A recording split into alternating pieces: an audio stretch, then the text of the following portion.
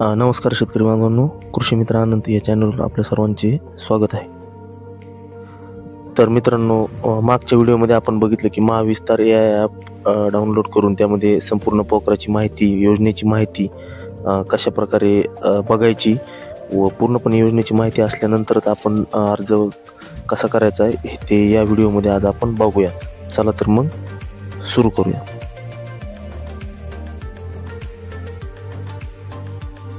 तर मित्रांनो, ॲपमध्ये लॉग इन केल्याच्या नंतर आपल्याला एक अशा प्रकारचा डॅशबोर्ड दिसेल, ज्यामध्ये की डाव्या बाजूला आपण क्लिक केल्यानंतर आपल्याला डॅशबोर्ड, प्रोफाईल, नवीन अर्ज, माझे अर्ज असं वेगवेगळ्या प्रकारचं पाहायला मिळेल.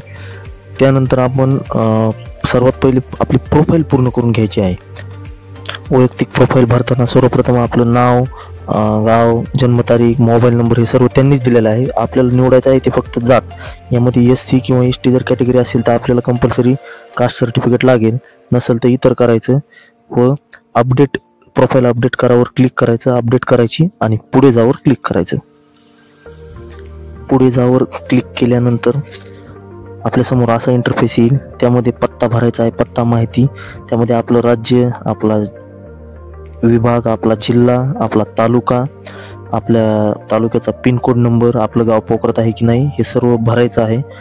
ही योग्य ती माहिती आपण भरायची आहे. अतिशय सोपी अशी पद्धत आहे फॉर्म भरण्याची. ही माहिती भरल्यानंतर परत एकदा प्रोफाईल अपडेट आपण करायची आहे व पुढे जावर क्लिक करायचं आहे. ॲड्रेस अपडेटेड सक्सेसफुली असं पुढे जावर केल्यानंतर येतं. त्यानंतर आपल्याला शेवटच्या टप्प्यामध्ये शेत जमिनीची माहिती भरायची आहे. ती पूर्णपणे माहिती दिलेली आहे. त्यामध्ये फक्त आपल्याला सिंचनाचा स्रोत आणि विजेचा स्रोत अपडेट करायचा आहे. तर मित्रांनो, इथं मॅक्सिमम जणांना प्रॉब्लेम इथंच येत आहे की जी जमीन जी क्षेत्र आहे ते 1.99 दाखवत आहे. तर यावर संपर्क केलेला असता पोखरा 2.0 टीमशी काम सुरू आहे. तर त्यामध्ये आपली जी ओरिजिनल जमीन टाकायची आहे ते एडिटचा ऑप्शन लवकरच सुरू होईल. हा मॅक्सिमम जणांचा प्रॉब्लेम आहे. त्यानंतर प्रोफाईल पूर्ण झाल्यानंतर आपण लाभाच्या घटकाकडे येऊयात.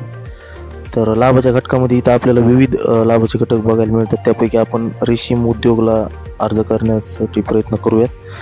आपल्याला ज्याला अर्ज करायचा आहे तो घटक निवडायचा आहे. त्या घटकाचे आवश्यक कागदपत्रे, लाभार्थी निकष हे लगेच आपल्याला तिथं पुढे पाहायला मिळणार आहे व तिथे आपण त्या प्रकारे कारवाई करायची आहे. सर्वे नंबर निवडायचा आहे. काही एखादा एक एक्स्ट्रा डॉक्युमेंट जर लागत असेल तर तो निवडायचा आहे, तो अपलोड करायचा आहे. सर्वे नंबर वगैरे अपलोड केल्यानंतर आपल्याला त्यामध्ये अर्ज होईल. अर्ज करतेवेळेस बऱ्याच जणांना असा प्रॉब्लेम येत आहे. फार्मर ID वर जमीन जास्त दाखवत आहे. सध्या प्रॉब्लेम चालूच आहे, परंतु त्या प्रॉब्लेमवर पोखराची टीम काम करत आहे. लवकरच तो सॉल्व्ह होईल आणि एडिटचा ऑप्शन येईल अशी आशा करतो.